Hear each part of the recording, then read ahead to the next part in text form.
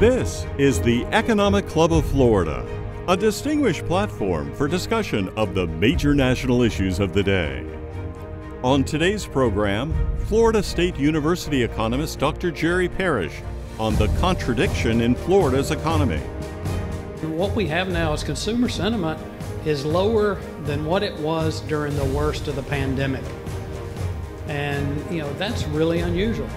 Almost full employment, people wondering what's going on. Consumer sentiment I watch because that's really an indicator of how people are going to spend their money.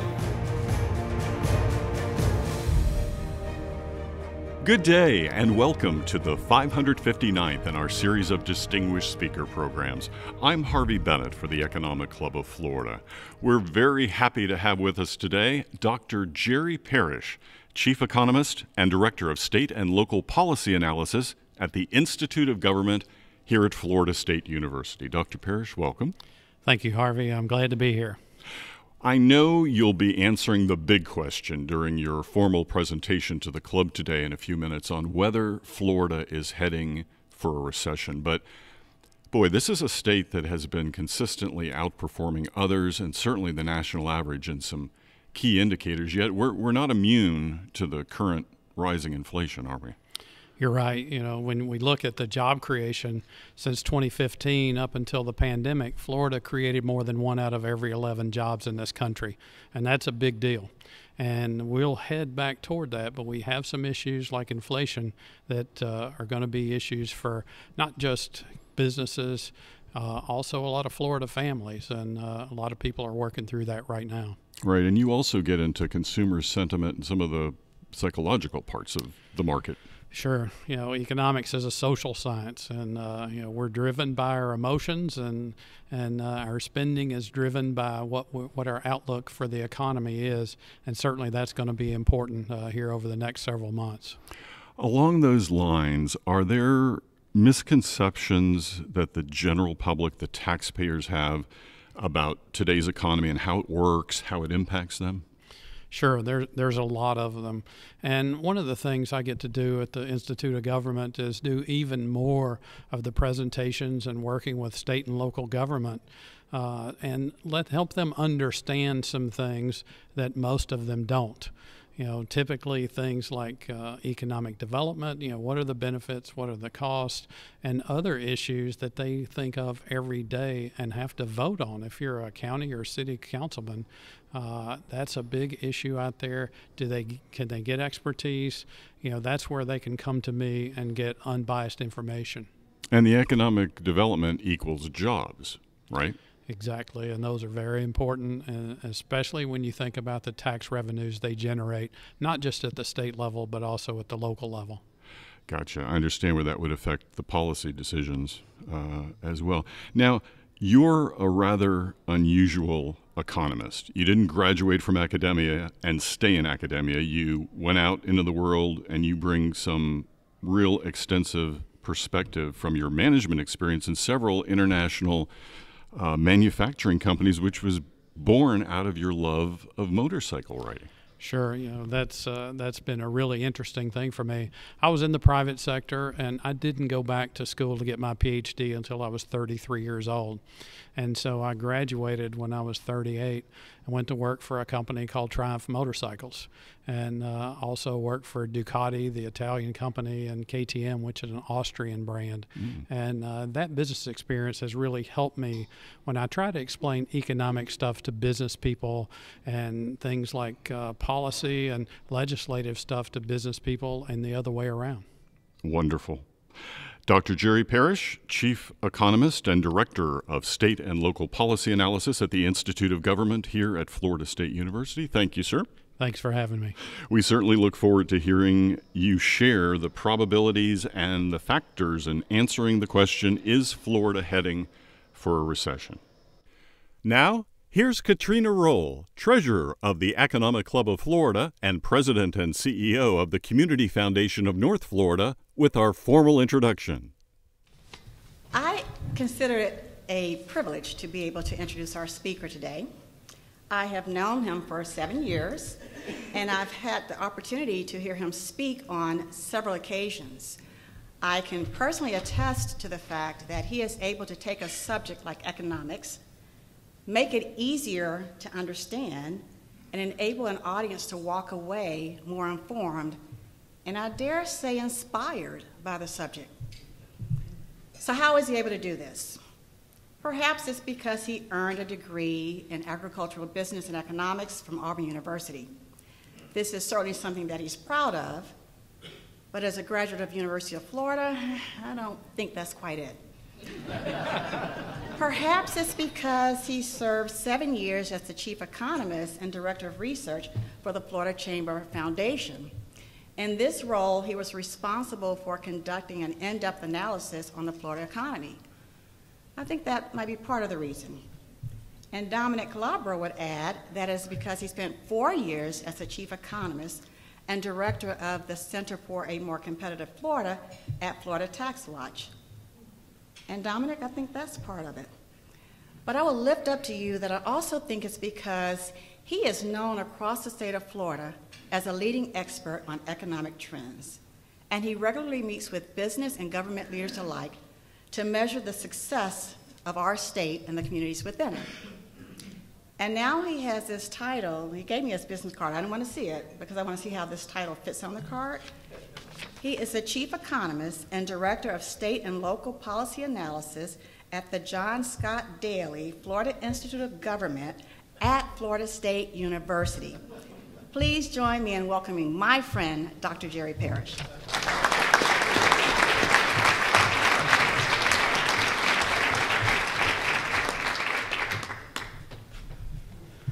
Thanks, Katrina, and welcome everyone. Very much honored to be here and speak in front of this group. Y'all, when I look at the list of speakers you guys have had in the past, it's just phenomenal, and just appreciate the opportunity. I want to talk about two Floridas that we have going on right now. We've got two different economies, and it's a very unusual time in Florida. First of all, we've got, I have to turn this on. Oh, it was on. Let's see if this thing is going to work, the clicker. There we go. First of all, we've got open jobs, low unemployment. There's more than 600,000 open jobs in the state of Florida right now. You've seen them all. Help wanted signs almost everywhere you go. You talk to any business person, and in most cases, their number one issue right now is where can I find help? You've also got this situation with Florida's consumers. We just bounced off a low, but we're basically at incredibly long period of time the low consumer sentiment that we have. This Florida consumer sentiment is done by BEBR, the Bureau of Economic and Business Research at the University of Florida. And what we have now is consumer sentiment is lower than what it was during the worst of the pandemic. And, that's really unusual. Almost full employment, people wondering what's going on. Consumer sentiment I watch because that's really an indicator of how people are going to spend their money. And you've heard it all over the place that about 70% of the economy is people out there spending money. And so if they have a poor outlook, that's certainly a concern in the future. And that's what we have here in Florida. It's also the same across the country. But how's Florida been doing? Well, Florida actually did pretty well during the pandemic. If you look at this slide, this is the amount of jobs that we have. Florida actually recovered its jobs by October of 2021. And I'll tell you, I'll show you in a minute, not every state has done that. If you're interested in the Tallahassee metro area, we got all our jobs back not until January of this year. So Florida led, the Tallahassee metropolitan area, but it's really interesting because most of the industries are back compared to pre-COVID, but not all of them. This will show you that it's called Education and Health Services is the way the Bureau of Labor Statistics lumps these. That and leisure and hospitality both don't have their job numbers back. So they're still lagging, but others have pulled ahead. And actually, the interesting thing about education and health services, it's actually the health services. We've had a pandemic, yet we've got less health jobs than we did pre-pandemic by a substantial amount. We know a lot of nurses decided to retire early. And a lot of medical people, it's been very, very difficult. Right now, registered nurses is the #1 open job out there in the state of Florida. It has been for a long time. But between registered nurses and LPN nurses, that is a lot of those open jobs that we still have. They're still looking for them. But compared to other states, we've got a couple of different job number series that I use. This is the quarterly census of employment and wages. The last numbers we have is the end of last year. So I looked at December before the pandemic to December of this past year to take a look at that. And Florida is actually number 6 as far as recovery. At that time, 35 other states still don't have all their jobs back. So Florida, 2.3% positive compared to the U.S. as a whole at minus 0.8. So you can say we're doing well. Actually, workers have been doing well also. This is a series that shows the wages year-over-year increase. It's done by the Atlanta Federal Reserve. I like this series because it tracks the same person over time. And people that have switched jobs, and we know there's been a lot of that because we've had turnover everywhere, their wages are up 7.9% versus 6.1% for the people that stay in their jobs. And, you got to think about that, though. Wages are going up, but inflation is going up even faster, right? Matter of fact, what we know from the headlines, and I'm going to show you several headlines here. This says 25% of all the people that were about to retire are rethinking it and going to stay in the job market. That's actually good for the job market because they're the people with experience. They're the ones with the institutional knowledge. And as we all know, turnover is one of the most expensive things that you can do in business. So that lays the groundwork of what's going on out there. Let's talk about recessions a little bit. I've seen in the newspaper, actually responsible newspapers that should know better, say that if we have a negative gross domestic product for 2 quarters in a row, that means we're in a recession. I'm going to say they're wrong. We're in a recession when there's a group of 8 people at the National Bureau of Economic Research say we're in a recession. They're called the Dating Committee, and so they're all powerful. But what we also know is every state doesn't follow exactly the national pattern, right? And one of the cool things I got to do, I know Dominic's here, he's going to take credit for a lot of my success over the past few years. I just expect it, and I would be disappointed if he didn't.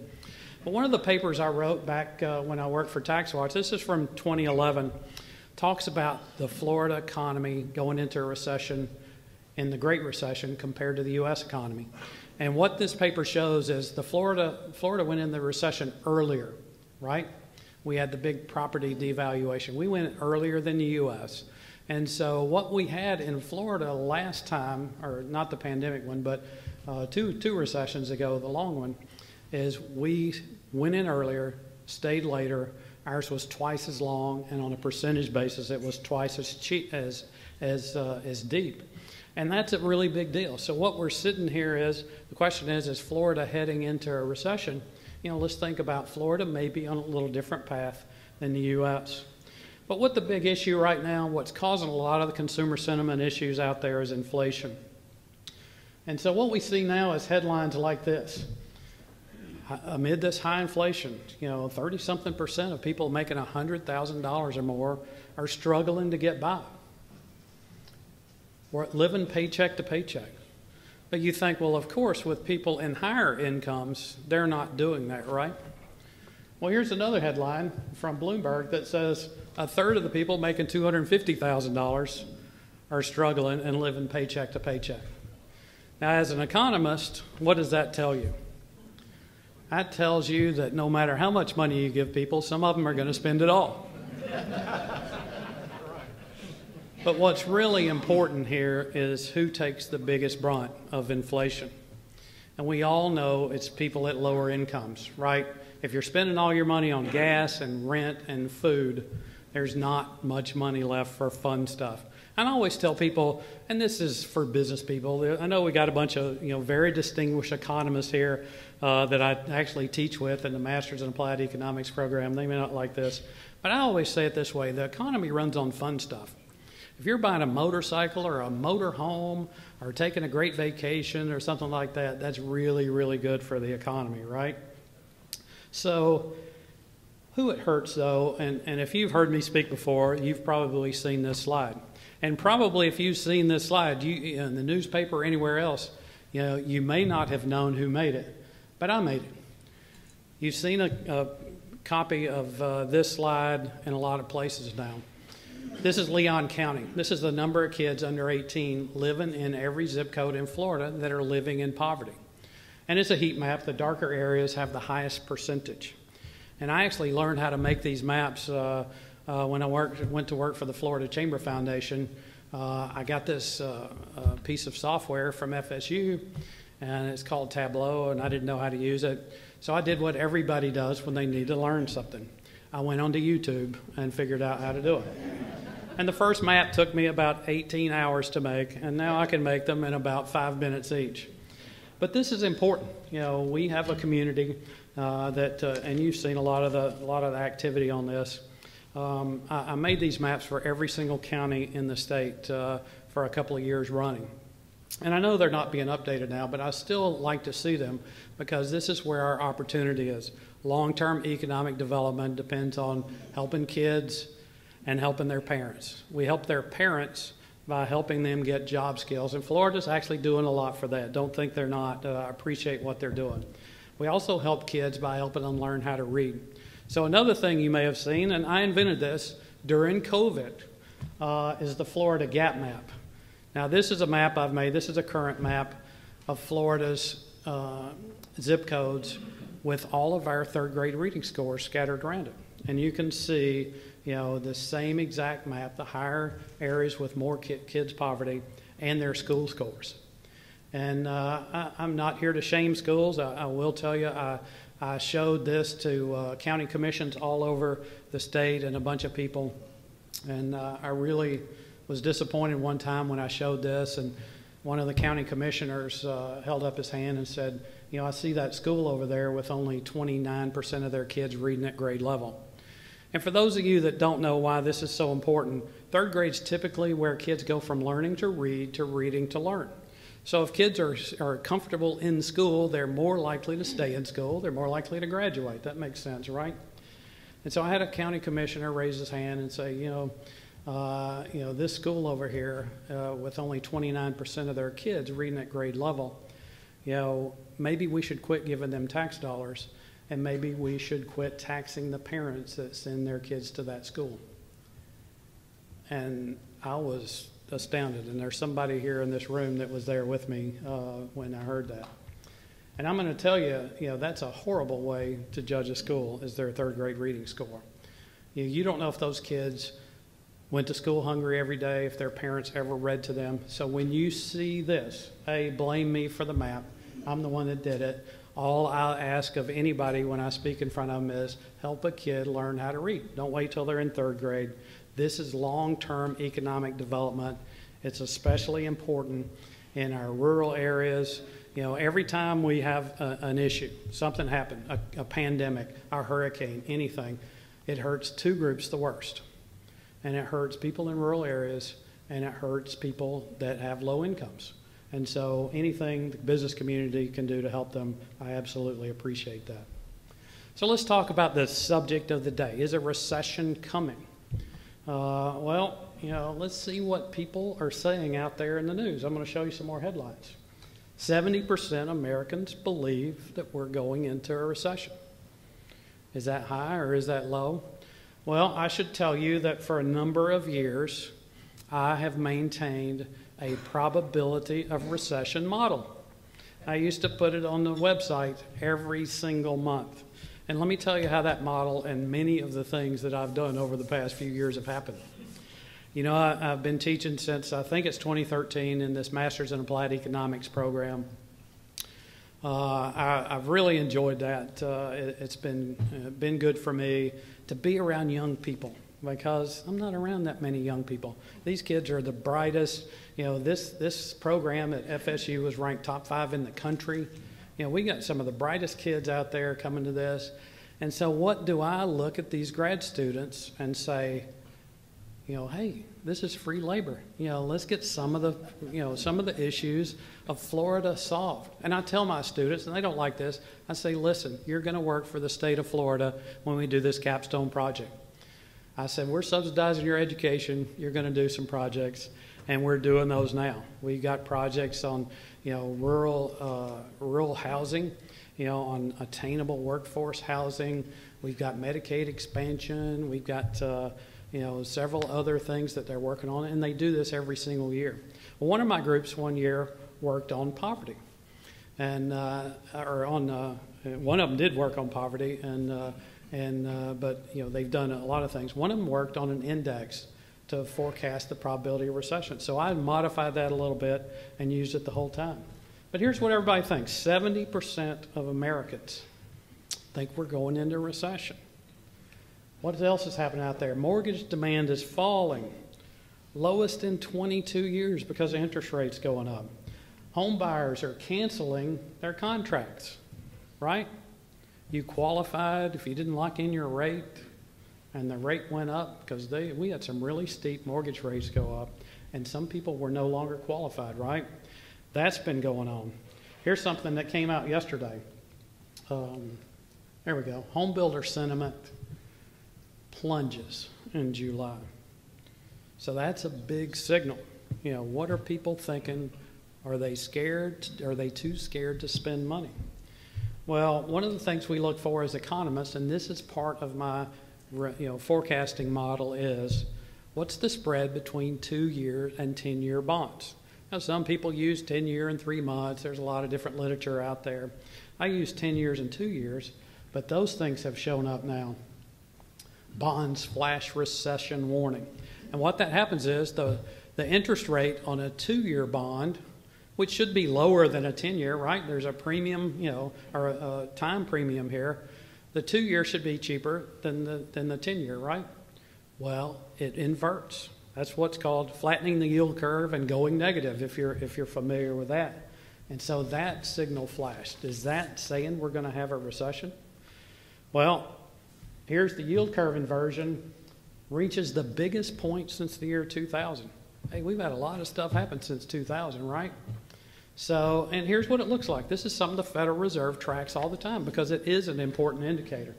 And this is what the chart looks like. It went negative before the last recession. The little gray bar in the middle there is our very short pandemic recession. And so a lot of the time, not every single time, this signals a recession coming on. And so now we're negative. It hit negative a little bit ago, a few weeks ago, and now it's pretty hard negative, and 20 basis points right now as far as what I saw yesterday. So I also get this question, are we in a recession already? People say, wow, the GDP went down in the first quarter, and the Atlanta Fed is forecasting it at 0 for the second quarter. That would mean 2 quarters in a row of negative or non-positive GDP growth. Well, we've got an economist that I actually like to listen to. He's entertaining to me, a guy named Sean Snaith out of UCF. He says that we're in a recession the whole year of 2022. So some people think we're already in one. Some people think there's a 70% chance. If you think about a lot of the banks, the big banks, they all have economists. It's a great job for an economist to work at one of these big banks, I would suspect. And a lot of them have 40 and 50%, 60%. I've seen 72% chance of us being in a recession. Now, here's Nomura Bank. They say that we're going to be in one. And they're a lot more specific. It's easy to say we're about to go into a recession if you're an economist. If you want to tell me what quarter it starts and how long and how deep it is, I got to give you credit because that is a fool's errand to do something that far in advance. Your probability of being wrong is close to 100% when you double up like this. But these guys say starting the fourth quarter of this year, the U.S. will be in a recession, and it will last 5 quarters. So, wow, that's pretty ominous, right? So other people are saying, and then the question is, how deep would it be if we go into a recession? Because that really matters, right? Remember the Great Recession, You know, when people were losing their houses and your neighbor lost their house and had to move and, you know, the bank foreclosed on it and they lost their truck and their house and, you know, all those things were happening. I mean, it was horrible here in Florida, and we took the brunt of that, right? Big property value run up. What's happening this time? Big property value run up? Different, I hope. But here's a guy that's saying it's going to be longer and deeper than you even believe. So, what are you gonna believe? I'm going to tell you what I think here in a minute, but I'm going to tell you what I'm watching. Here's what's super important for me. Take a look at the U.S. dollar. You know, as interest rates go up, the dollar gets stronger typically, and we've reached parity with the euro. What does that mean for Florida? That means that guy in Chicago who wanted to take his family on vacation may skip Florida this year. He's going to wait until the heat wave is over in London that's going on right now, and Spain and France and other places like that. But, you know, the dollar's strong. International travel is cheaper on a relative basis than coming to Florida. That's a big deal. Are you an importer or an exporter? You import stuff, pretty good. Hey, dollar strong, we can buy more stuff for the same amount of money. You're exporting, wow, you may not be competitive anymore because the dollar is so strong. And that is a big issue, and that has long-term consequences. One of the things that we have to think about, the part of the reason the dollar's going up is U.S. economy's doing well compared to the world. Interest rates up. This is something we have to think about, though. This is the Fed's balance sheet. What happens in the recession, and it happens before, when we go into a recession, loosely, the government prints money and the Fed buys bonds with it. You buy bonds, the interest rate goes down, right? Ben Wyckoff is here. He can explain this a lot better than me. But that's how you keep interest rates low and keep the economy going. Economy's liquid, people got money, you send them checks, everybody has money, kind of keeps things going until things get better, right?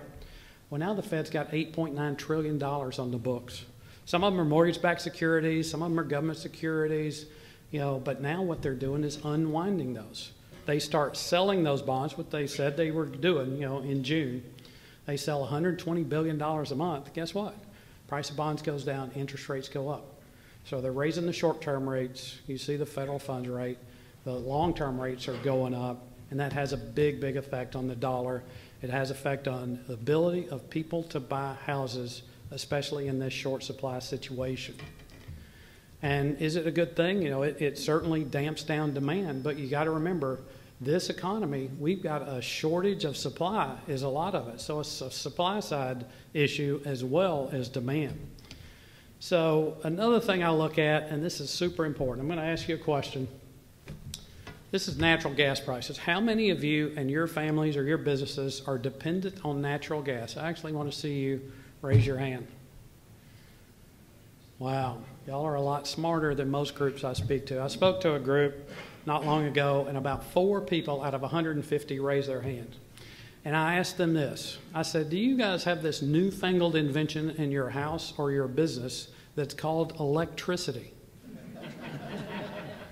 70% of Florida's electricity is generated by natural gas, right? We told the power companies to do it. It's like, hey, let's don't burn coal anymore. Let's burn something. And hey, natural gas was cheap. Natural gas has been $2 to $4 for a long time. Wow, what happened when it hit 9? What's happening to your power bill? It's going up. There's an energy surcharge. It's much more important than that. I've got an agriculture background. I think about what it's doing to fertilizer prices. I actually have a farm up in Alabama. I have a tenant that farms it for me. Fertilizer prices for nitrogen last year, which you required to grow corn, $300 a ton. Over $1,000 this year. Chemicals up. So our fertilizer prices are going up, your electricity going up, food prices are going up. We got a drought out west. People are selling their cattle and putting them on the market now. They give us a temporary reprieve, but food prices are going to go up. That's very difficult for any economy to withstand. Because remember, if you're spending all your money on necessities and there's not money left over for fun stuff that's not good for the economy. Now I'm going to tell you, I've got one last slide to show you, and I'm almost on time here. Here's my estimate of what's about to happen in Florida. What my model tells me is, and you know, it's imperfect, it could be wrong. First of all, let me be clear. We don't have to go into a recession. It's not mandatory that we go into one. Things could happen. You know, a lot of good stuff could happen. We could avoid it. We could have that soft landing that we all want. However, to choke out inflation, you know, that is a very, very thin path that the Fed has to walk to get interest rates up high enough to kill inflation but not kill the economy. My take on it is we are going to go into a recession, and here's why. Got to thank the Wall Street Journal. This is their chart. I ripped it off. I'm going to give them credit for it. This shows consumer sentiment and how it drops every single time very hard and very quickly right before we have a recession. So assuming we do have one, that's actually going to be doing it. People cut back on their spending, cut back on investing, and just wait and sit on their money, even though, you know, their money is becoming less and less because of inflation. A lot of people, rather than put it out at risk, will hold on to it and wait until this thing's over. So my guess is a pretty high probability. You know, the model says about 67% right now for me. You know, could be, you know, literally could be higher than that coming in late this year. But, you know, you got to understand Florida, remember, before COVID, we were growing jobs at more than 1 out of every 11 jobs in this country. Florida's become a dynamic place. Now that you can work from anywhere, people can move to Florida, get a direct flight to wherever they have to go to for most cases, except Tallahassee.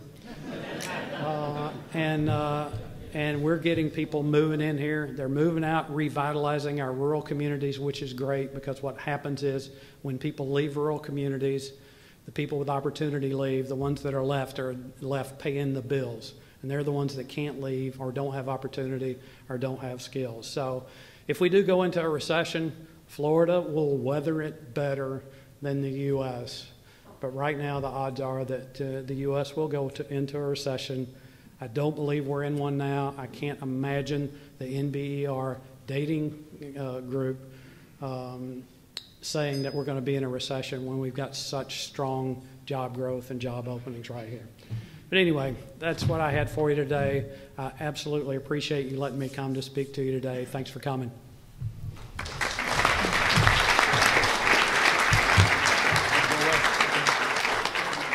So Jerry has agreed to take a few questions from members.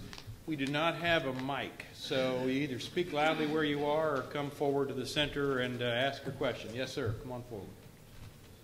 Well, hey, Jerry. Thank you very much for that plug. Appreciate it. I remember J.E. Davis when Dixie would tell me as a young kid as these and listening to him, he'd say that recessions are good from time to time, as long as they're not depressions, because it helps it kind of like fire in a forest. You know, if it's a controlled fire.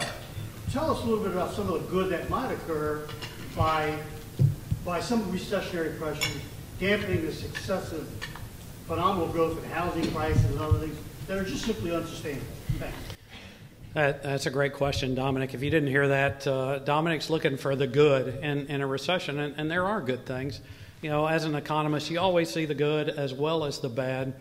And what it would do for us, I believe, is it would take a lot of the inflationary pressure off of us. You know, when people start to cut back, you know, these increases year over year are just incredible. It also gives people an opportunity to get stuff that they want. You know, whether it's when the economy, I mean, who's actually tried to buy a car or a truck here in the last few months? You know, it will give the supply chain an opportunity to catch up with what's going on. And it also has got some innovation aspect to it, because a lot of people, once the layoffs come, and there's some starting, you know, in some of the tech businesses and hiring slowdowns and things like that, some people will choose to create their own business and create their own job. And, you know, one of the jobs I also have is I work with Florida Small Business Development Center. I also work with Able Trust. I work with a lot of different groups. You know, if I was talking to the Small Business Development Center, you know, it's like, wow, here's an opportunity for more people to create businesses, to create generational wealth for their families.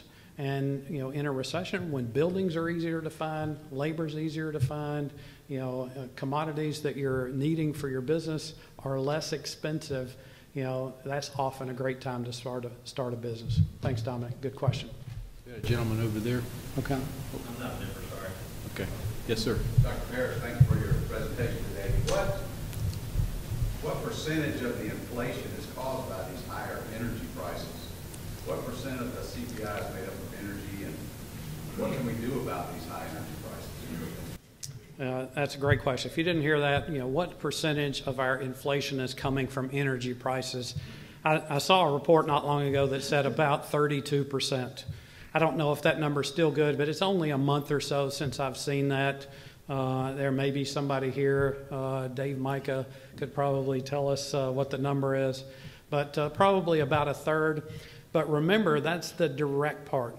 The indirect part that feeds into food prices and chemical prices and fertilizer prices and all those stuff will not end up in that metric when they split out energy direct. So honestly, it could be in the 40%. That's probably a reasonable number right now. You know, one of the things when you're talking about energy prices is, you know, there's a lot of opportunity for people to be more efficient, you know, with whatever they're doing, and we see it in, you know, more insulation in your homes, and, you know, turn into LED lighting and those kind of things for the electricity side. For the fuel side of it, you know, I think one of the great things that's happening here is this work from home. You know, it's been great for workers too. If you've got a job where you can work from home, you've got more power in the labor market than you've ever had in your life, right? Because, you know, think about this, and I tell this a lot. People that are running companies are my age. 61 years old, proud to admit that I've made it this long. Typically, people like me want to see your car in the parking lot when you show up, when they show up for work, and your car's still in the parking lot, you know, when they leave to go home at night. And now we've had to change. People have had to understand you can be productive from home if you have one of those jobs. Keeping a lot of people off of the road. Maybe they can come in a couple of days a week instead of 5. That cuts down on traffic, that cuts down on emissions, that cuts down on fuel usage, those kind of things. You know, with technology, now that we can monitor people and communicate and collaborate with people, that's been a big help. And I think that's one of the things that we'll see more of. Back in the corner. Yes, sir. So, Dr. Parrish, your slide about inflation driving people staying in the workforce, and it says on the planner. What I'm seeing is what they're looking at is the high cost of health insurance. And people are delaying retiring until 65 so that they can get to Medicare. That is the big driving force, at least in my practice. Your comment about that? Great question, Alan. Alan talked about, you know, the cost of health care driving people to stay around till at least 65 so they can get Medicare. You're absolutely right. That's something that I figured into my calculation. It's like, yeah, how long do I want to work? I think it's probably on everybody's mind that's getting to retirement age, you know, that, you know, health insurance is super expensive. It's super expensive for employers as well, you know, and unfortunately, a lot of people don't think about that when you're employed as part of your compensation, yet it's a big, big part. And until you lose it, you're probably not going to think about it until that first COBRA statement comes in, and then you're going to be shocked and wish you'd have gone, you know, and maybe that's in the calculation here too, a lot of people staying in the workforce. Good question. Sammy, got one. Last one, Sammy, you got it. Tips right now, 210s are 19 basis points apart, negative. Why, with the tightening of the balance sheet of the Fed, raising interest rates, why won't the long end of the curve go up? That's a great question. Why won't the long end of the 10-year and longer go up? That's a great question because the Federal Reserve really controls the short end, right? 30 days, overnight, you know, those kind of things, they have control. The market controls the 10-year and longer. So the market's telling you that it's going to be more expensive to borrow money. And the way I try to explain this to business people, non-economists, once again, very simplified, is think about the demand for money. You know, companies out there, are they making those long-term plans, borrowing money long-term? If enough of them are doing it, the long end, you know, interest rates will actually go up. It's supply and demand, very, very simple. Obviously, it's a lot more complex than that. But when you think about the market controlling the long end, you know, long duration bonds, long duration everything, you know, I mean, the market is who's loaning you that money at 6% now to buy a house instead of 3 point something like it was a couple of years ago. It's not the Federal Reserve, even though they do have an influence. The market says we're not borrowing money to make big capital investments right now or other long-term things. We're a little afraid. We're going to sit out on the sidelines and wait and see what happens. That's my opinion. Thanks. Thank you. Round of applause for Jerry.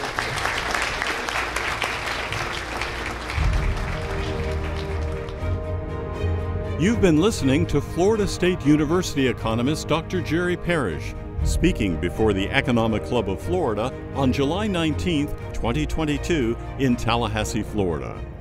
For more information on the FSU's Florida Institute of Government, visit iog.fsu.edu. The Economic Club of Florida promotes interest and enlightenment on important economic, political, and social issues of the day. To learn more, including how to become a member, visit our website at economic-club.com.